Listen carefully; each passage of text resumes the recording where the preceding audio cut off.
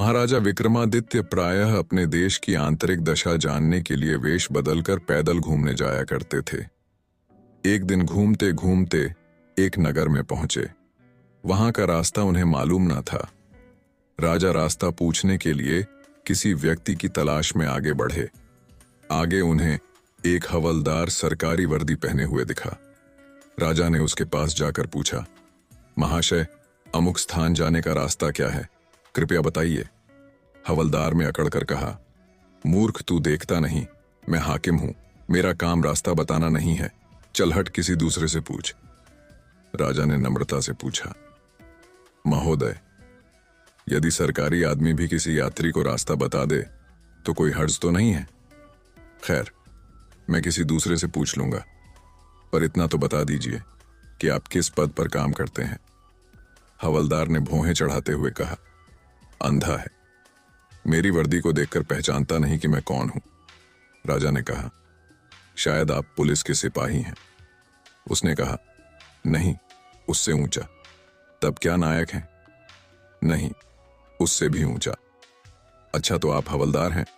हवलदार ने कहा, अब तू जान गया कि मैं कौन हूं, पर यह तो बता, इतनी पूछताछ करने का तेरा क्या मतलब और तू कौन है?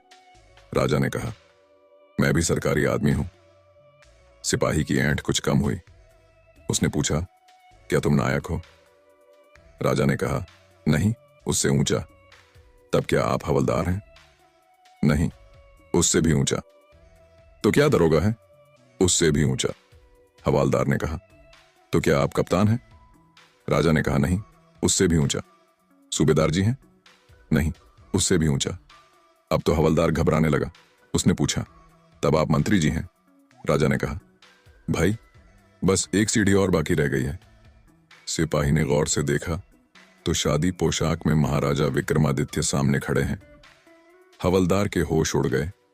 वह गिड़गिड़ाता हुआ राजा के पांव पर गिर पड़ा और बड़ी दीनता से अपने अपराध की माफी मांगने लगा।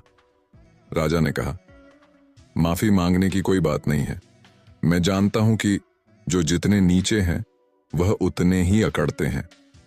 जब तुम बड़े बनोगे तो मेरी तरह तुम भी नम्रता का बर्ताव सीखोगे। जो जितना ही ऊंचा है वह उतना ही सहनशील एवं नम्र होता है, और जो जितना नीच एवं ऊंचा होता है वह उतना ही ऐंठा रहता है। इसीलिए कहा गया है, विद्या विवादाय धनम मदाय शक्ति परेशान परिपीड़नाय खलस्य साधोर विपरीत मेतत ज्ञानय दानाय च रक्षणाय।